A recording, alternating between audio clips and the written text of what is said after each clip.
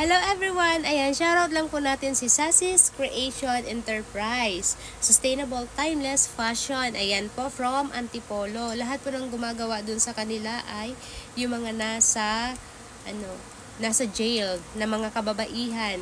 Ayan po, isa po ito sa mga klase ng items na kanilang pinuproduce. Ito pong knitted. Bali, ito po ay terno. Ito po yung pants and ito po yung terno niya. Ayan, napakaganda po nito. Abangan nyo po ito sa iba kong content. Makikita nyo po ito.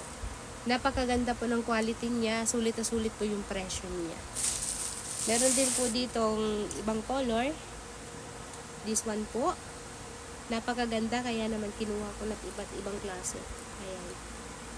Ito yung kanilang pang-itaas and ito po ulit yung kanilang pang-ibaba. Napakaganda po ng quality nito, kaya talagang binalikan ko. Saktong meron pang stock, kinuha ko na.